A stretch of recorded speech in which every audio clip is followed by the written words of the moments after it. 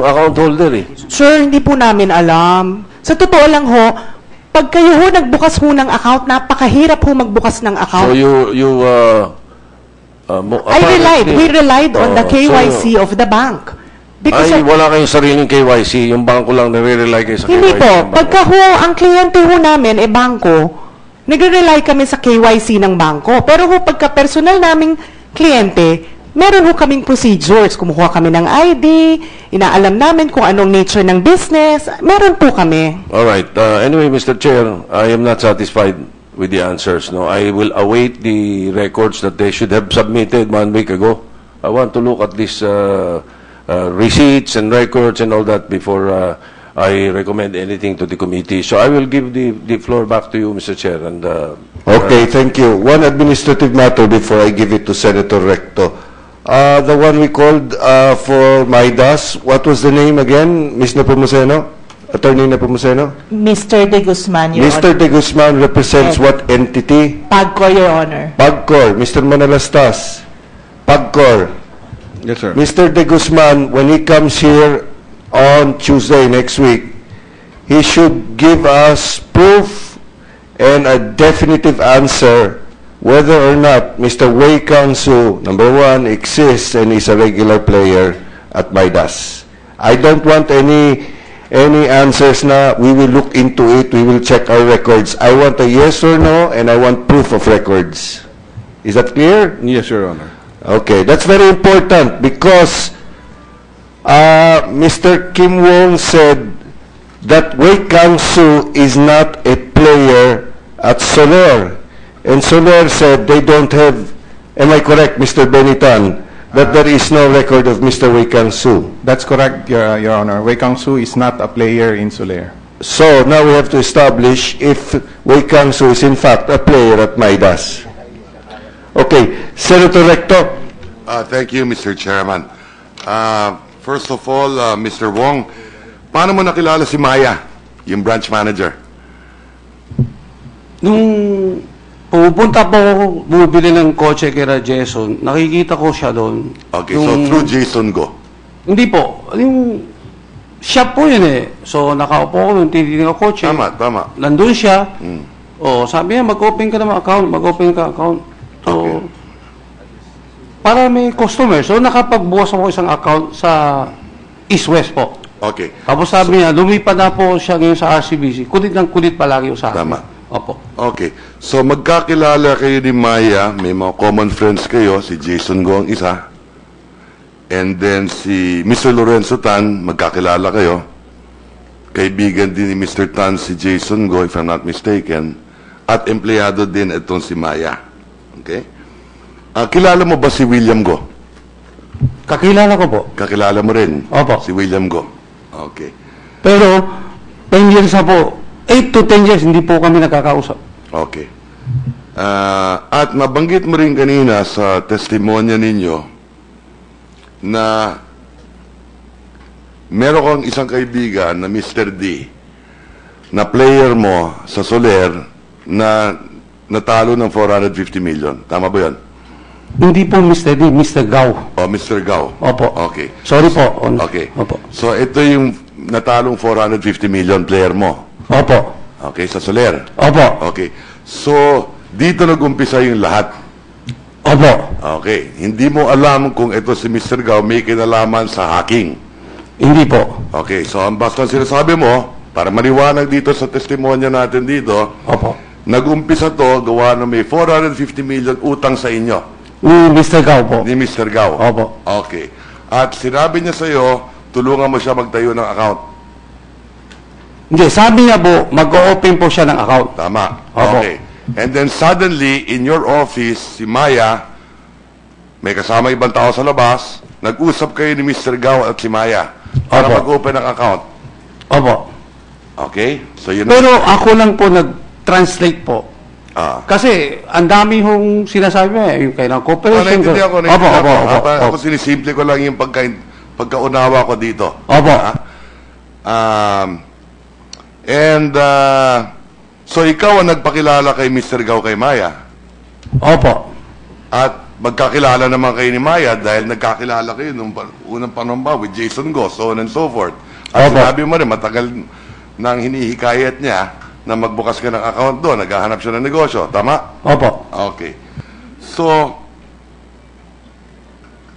eventually, nakapagbukas ng account at ang claim mo, wala kang kinalaman sa pagbukas ng account, yung 5 account. Wala po. Okay? Pinakilala mo lang. Opo. Okay. And then, nung araw ng February 5, tumawag ka kay Maya at inaabangan ninyo yung perang padating. Opo. Dumating nga yung pera. Opo. Okay. Hindi kaya nakakapagtaka, Mr. Kim Wong. Dumating ang 81. Inaasahan mo ba $81 million o $1 billion ang darating? Sabi niya, malaki pong pera darating. Sabi nino? Ni Ding po, ni Gao. Nigaw. Opo. Nabanggit niya sa iyo na $1 billion. Hindi ko, kasi, ano po sa casino, pag hindi dumating pera, hindi in-honor. Malaki daw po. Opo. Okay. At may utang siya sa iyo ng 450 million. Yun ang sinasabi mo, di ba? Opo, opo. Okay. 450 million po. Okay. Ni minsan hindi niya nabanggit sa inyo na nagbukas na sila ng account kasama ni Maya. 5 account. Ni minsan hindi niya nabanggit sa iyo. Sino po? Sino po? Si Mr. Gao, Nabanggit niya po. nabanggit niya Opo. na nakapagtayo na siya ng account kasama si Maya. Opo.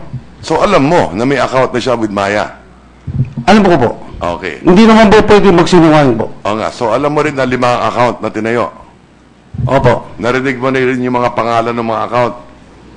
Hindi ko po alam. Hindi mo alam yung pangalan ng account. Miski sabihin lang, hindi ko po alam mga yun. Nabanggit pa niya sa iyo na $1 billion ang papasok.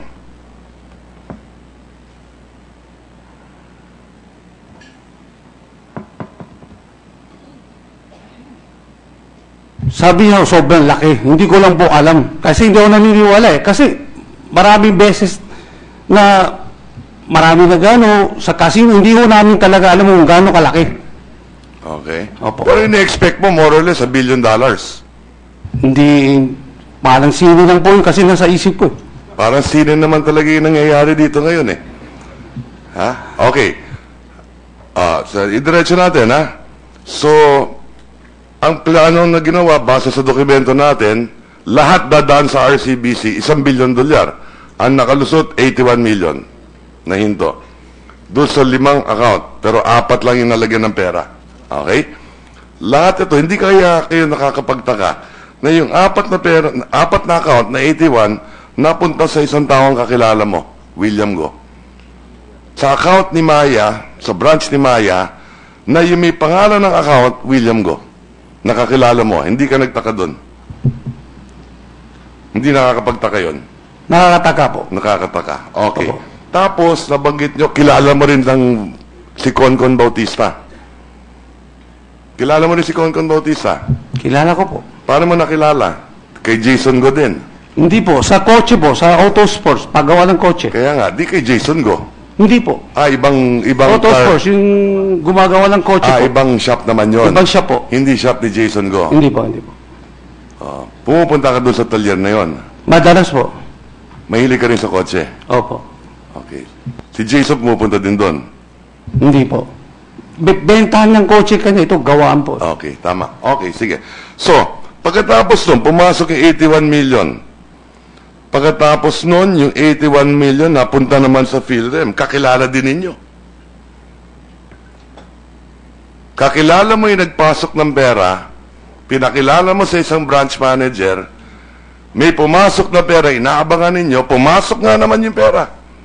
Pumunta yung pera sa isang kakilala mo, na dinideny niya na siya nagbukas ng account. Okay? At yung perang yun, pumasok naman sa PhilRem, na kakilala din ninyo. Pwede po ako sumagot? At tinatanong ko lang kung... Hindi, pwede po ako sumagot. Para Pwede. mapaliw. Okay. Oo nga. Nandito Tinatanong po kita, si... pwede kayo sumagot. Opo, nandito po si Firen. Tanong ko ba, nakausap ko pa siya tungkol dito sa pera o hindi? Nandito Mamaya po ako siya. tatanungin yun. Opo. Tanong niyo po kay William? Mamaya, huwag Opo. mo sasabihin sa akin kung kailan sorry ko po. pwede magtanong. Sorry po. Sinasabi ko lang po. Opo, sinasabi ko rin sa inyo. Opo. Okay, let me continue. Okay. Pagkatapos doon, napunta sa PhilRem yung pera, siguro sa oras na ito muna, para maging maliwanag muna sa RCBC naman. Lumalabas dito na ang PhilRem nagpalit ng pera. O tanungin ko na muna ang PhilRem nga naman pala. Ms. Bautista,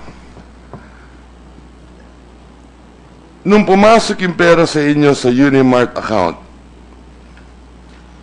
at ang pinag-uusapan natin dito kanina, mga cash, 600 million, 18 million dollars, ang unang sinabi mo, ang sabi ni Kim Wong kanina, may nawawalang 17 million dollars thereabout. Meron testimonyo si Kim Wong na ganun eh. At may dalawang kaaway daw siya ngayon eh. Okay? Saan kayo nagpalit ng pera? Yung dollar na pumasok sa inyo, nagpalit kayo ng cash eh. Nagpalit kayo ng Sa cash. treasury po ng RCBC, nagpalit kami ng pera. Nagtatanong ako, saan kayo nagpalit ng pera? Sa treasury ng RCBC? Opo, Your Honor. Magkano pinapalitan ninyo sa treasury ng RCBC? Ang total po, 61 million. Iba-ibang araw po. Okay. 61 million iba-ibang araw. At may araw dito na lumampas hanggang February 10, kung di ako nagkakamali. Tama ho ba yun?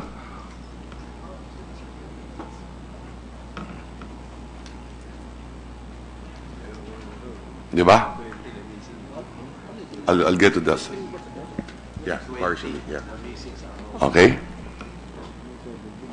So, 61 million, nagpapalit kayo sa RCBC, and then let me give RCBC, then I'll get back to you, Ms. Bautista, para makumpleto natin yung pangyayari. Well, maybe RCB, will you be able to answer this question if you did transact with PhilRem? And they're admitting to it anyway. Yes, Your Honor. Yes, you did. Did you have any indication that this was the same amount of money coming from the... No, Your Honor. No, no one whatsoever. The trade that was done February 10, there was some indication, There was some indication. but it was not very clear what Okay. the role was at that Okay, point. thank you for that. Thank you for that. No, because the reason why I asked this obvious question is because there was already a request from the Bank of Bangladesh na kung pwede i-hold ninyo. That's why I wanted to give you the opportunity to answer. Why did you continue to transact kung alam na ninyong posibleng from an illegal source? Well, at that point, Your Honor, we had no strong indication or even the possible involvement Yes. of PhilRem in the... Okay, thank you in for the your transaction. response. So, you confirm 61 million. Yes, Your Honor. Okay. Balik tayo, Ms. Bautista. 81 yun. Nasaan yung 20? Kung 61 ang tinansakto sa kanila. Your Honor, yun po yung cash deliveries namin. Yung 20 million na balanse. Yun ang sinasabi niya. Sige. Let's move forward, So, magkano yung palit ng 61 million? Nung pinapalitan niyo sa RCBC, magkano yung pesos na nakuha ninyo? So, mula doon naging peso to, di ba? 2.906 billion ba ang sagot doon? Parang 2,895,000 more or less. O sige, give or take na. A few. Ang calculation ko, 2.906 eh. Pero sige na, 2.9 billion. Ang pinag-uusapan dito, kulang-kulang 4 na billion eh. Medyo accounted for na natin yung 2.9, yung almost 3 or 4 billion. Yung 2.9 naman, 1 billion, tinelegraphic transfer nyo sa Eastern Hawaii Leisure Corporation. Tama mo ba yun? Yes, Your Honor. So, bank to bank. Opo, Your Honor. Mula RCBC, Unimart branch, papuntang Eastern Hawaii Leisure Company. Yes, Your Honor. Kilala ko ba ninyo? Sino yung may-ari ng Eastern Hawaii? Hindi po, Your Honor. Hindi nyo kilala? Hindi po, Your Honor. Nung Hindi time kayo na- yung tao na sa kaliwa ninyo na 4 na hakbang sa inyo. Your Honor, nung time na yun, hindi ko po alam. Hindi mo alam. Ngayon alam mo na. Alam ko na po Okay. ngayon. Mr. Wong, kayo ba yung may-ari ng Eastern Hawaii Leisure Company? Kayo may-ari. Opo. Tama to, 1 bilyon na natanggap ninyo dito. Opo. Okay. So, sinabi ninyo kanina, ito po, parte na to ng bayad sa iyo, dun sa 450. Opo. Parte na ng bayad sa inyo to. Yung 450 something million po, yun ang pambayad po sa akin. Tsaka yung 550 ho, sinabi ng ikaw tsaka nila, yung idararo nila. Idararo po nila sa Midas po. Opo. Okay, sige, Opo. thank you. Okay, total sa Midas na to, para ikumpleto ko lang yung istorya, nandito naman yung Pagcor.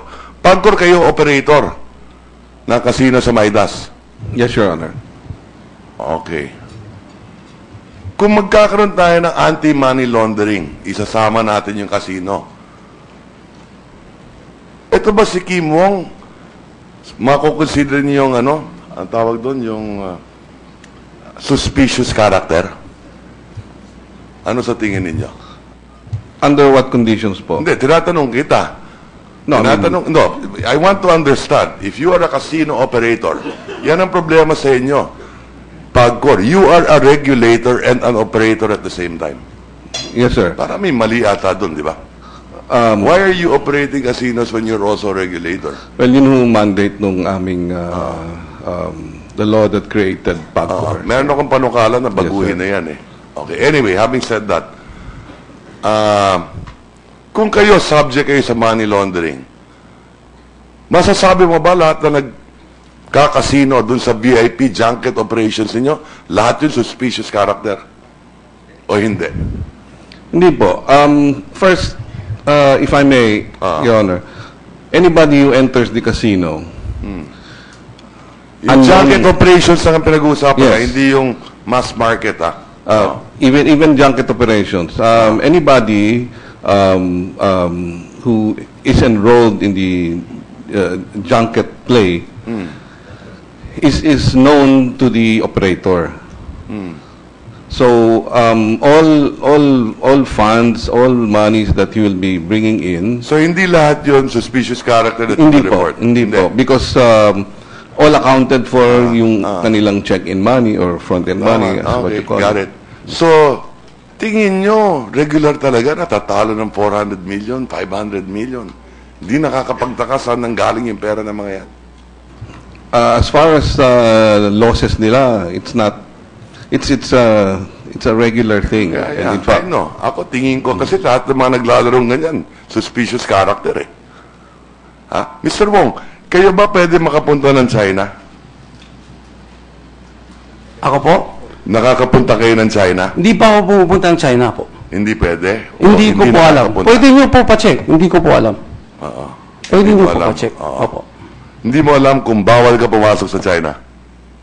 Hindi ko po alam. Okay. Pwede nyo po i-check yan. Kasi negosyo po casino. If you can go to China. Okay. Okay. So, thank you, Pagcor, for your reply, no? Okay. So, maliwanag of the 4 billion, 25% accounted for 1 billion, pumasok sa inyo, pumasok sa Midas, linaro sa Midas. May natirang pera pa ba dyan, Pagcor? if you're referring to junket operations, I think the PIKI is more in a position to answer it because they are our. You're passing that. You are the operator and the regulator at the same time. And now you're telling me, I'm asking you. I'm not asking LRWC. Kasi sir, ganito No, my yan. point is this mahalaga tong issue na to Pang ilang hearing na natin to. Pagcor kayo, nag-aral na kayo dapat dito. Ngayon tatanungin ko, sasayangin yung oras ko, sasabihin nyo, sila ang sumagot ng tanong na to. May pera bang natitira? Ikaw ang tinatanong ko. Kung hindi mo alam ang sagot, sabihin mo, hindi mo alam. Sir, can I explain muna kung how the situation is? We lease casino area from the Midas Hotel. Now, here comes a junket operator who wants to... Mr. Manalastas, I understand how that operates. You think I did not study for this hearing? No, I understand how that operates. It's just that, sir, that you Have you wanted- submitted all the records to AMLA already? Have they contacted you already? Yes, yes, Have Your you submitted all the records? We did. Oh, did you read those records that you submitted to them? Yes, sir. Okay, so may pera pa bang natitira? As far as we know, there is. There is magkano? Alam mo pala yung sagot eh. Oh. Sir, you're referring to Midas, but what you can answer is sa Soler. I'm sorry? Sa Soler Casino ho, ang alam namin. Hindi, mamaya ako pa tatanungin dyan eh. Sa Midas ho, wala kaming... Ha? Wala ho. Walang natira. Wala ho. So, We have no... Can you actually, answer the sir, we have no information regarding the Midas junket play. That's what I'm referring to. okay. But you're the operator, but you lease it out. You sublease it. Yes, sir. Okay. But you submitted all the documents to AMLA. And hindi nyo natignan kung may natirang pera. Meron po, sir, sa Soler. Hindi nga Soler ang tinatanong ko sa Midas nga eh. No, I'm referring to our report to AMLA, sir.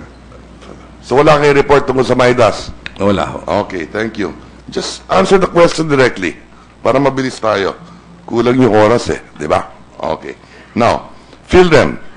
So 1 billion went there. How much did you remit to Soler?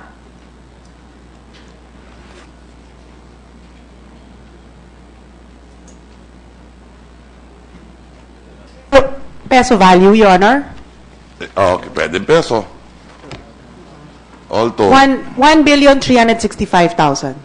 Million pala. Remit yun. Remit 1,365,000,000. Yes, sir. Total, broken down ho yun. Okay.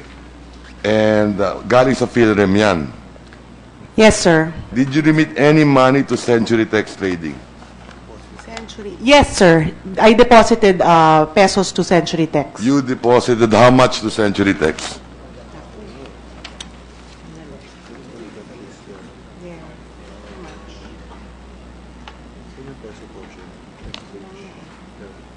$655 million?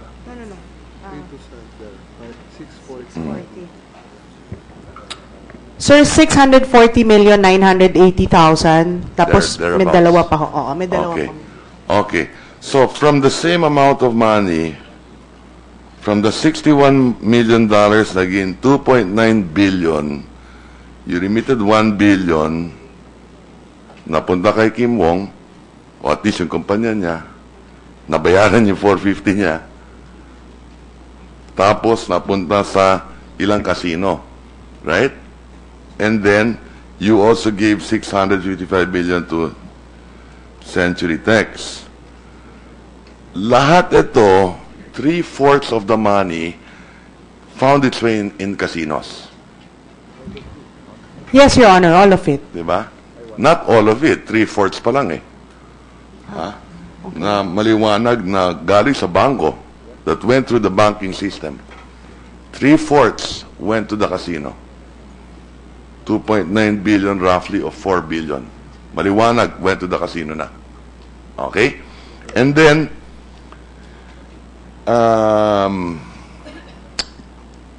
nabanggit nyo in the first two hearings. First hearing, sabi nyo, 600 million lang ang na-deliver nyo. Sa isang Weng Shai, ano, No. pangalan nun? Sorry, Your Honor. Yung report ho Thank you. namin sa AMLA, kompleto po yun. No. Hindi lang I'm ho talking about here in the Senate. In the Senate, you said in the first hearing, you delivered personally and with a staff to a certain Weng Shai, Weng Kai Su. Weng It's Kai 600 Su. million pesos and 18 million 600 million pesos, right? And 18 million. No. In the first hearing, you said 600 million pesos. In the first hearing, you said, ang kinita mo lang, 500 pesos eh. Okay. One. Okay? In the second hearing, you said 600 million and 18 million dollars already. Okay? And you said all of this was delivered to Wei Kai Su, whatever that name is. Now, Mr. Wong is saying that that is not true. Mr. Wong is saying that you only delivered what? Magkano? 80 plus 20 to Mr. Weng Kai Shu, whatever his name is. And yung balanse, siya ang kumuha sa bahay ninyo. Yan ang sinasabi niya. So it would appear to me, at that point in time, you were protecting the name of Mr. Wong. Now, you were giving a different name. 600 million, I delivered it to this person. $18 million, I delivered it to this person. Hindi niya binabanggit si Mr. Wong. This other guy, who apparently, according to Kim Wong now, is saying that guy is low in the totem pole. And that there are other people involved who are the higher-ups. And, you know, I'm bad with Chinese names, so please forgive me. Mr. What was that again? Mr. Gao and another one, right? Okay, and I'm glad that, incidentally, Soler, you have photos, you have the passports of all these people, right? Yes, Your Honor. So you do have a know your client rule in the casino, right? Yes, Your Honor. To that extent. Huh? And you've submitted all of this to AMLA. That's correct, Your Does that Honor. prevent you from submitting any of this or everything you submitted to AMLA to this committee? We have submitted a copy of our internal report that we submitted to PAGCOR. We've submitted it to the COMSEC, Your Honor, about 10:30 Because I'm this sure morning. that those pictures are leads also for foreign investigators, for We the Bangladesh understand, Your government Honor. later on, Yes, then Your to Honor. find out who these hackers are. Because they're Yes, a Your lead Honor. toward that, right? Yes, Your Honor. Okay, now, so let me continue, Mr. Wong, so you're a junket operator in Eastern Hawaii or in Midas Opo. and in Soler. Opo. Okay. Ilang kayong junket operator sa Soler? Can I answer it, Your Honor? Ano, I'm asking. Oh, sige, pwede, sure. Mr. Benny. Your Honor, there are two kinds of junket operators. A Okay. fixed-room junket operator, they Yeah. will have their own rooms, Yeah. they will have their own chips. Okay. And a casual junket operator, no fixed room. Okay. There are about 88 casual junket operators, Your Honor, and about 9 fixed-room junket operators in Soler. Sino Your yung Honor. mga lalaki dyan? Who are the big ones? Is Mr. Wong one of the biggest? Or is it the top 3, top 4? What is that? Actually, Mr. Kim Wong is not a formal junket operator in the sense that he has no junket contract with us, Your Honor. We consider him a junket agent. He Okay. brings in people, he gets commission. Okay. How much business does he give you in a month? I'm sorry, I did not get that information. I don't have that information with me now, Your Mr. Honor. Wong, gaano kalaki yung magnitude ng operation mo? Sa isang buwan, magkano tansya mo? Sa Midas po, umiikot po pera namin, hindi bumababa ng 7 billion. A month. Opo. Galing mo, no? Sa Soler, magkano naman? Sa Soler, hindi ko po masabi. Hindi mo masabi. Mas malaki doon? Hindi, conforme sa player every month. Pero so, what, 15 billion naman ka? 7 billion dito, 7 billion? 8 hindi, billion, umiikot meron lang ho yun. Opo. Gross, 10 billion naman? Hindi ko po masabi kasi hindi hindi mo masabi. pantay-pantay po. Pero billion po. Opo. Okay. So, etong, yung 1 billion na napunta sa Soler, rather sa Midas, and then yung 1.9 na balanse, 1.6 na napunta sa Soler, more or less, magkano ba yung sa Soler? I think 1,365,000. 1.3. 1.365 billion Okay, pesos, so Your Honor. 2.3 na ang maliwanag sa kasino na punta. Okay? Mr. Wong, masasabi mo ba dahil sa iyo rin itong 1.3 na galing sa PhilRem, napunta sa Soler, dahil sa inyo rin yon. Player mo rin yun eh. Opo, pinakilala ko po. Tama. Opo.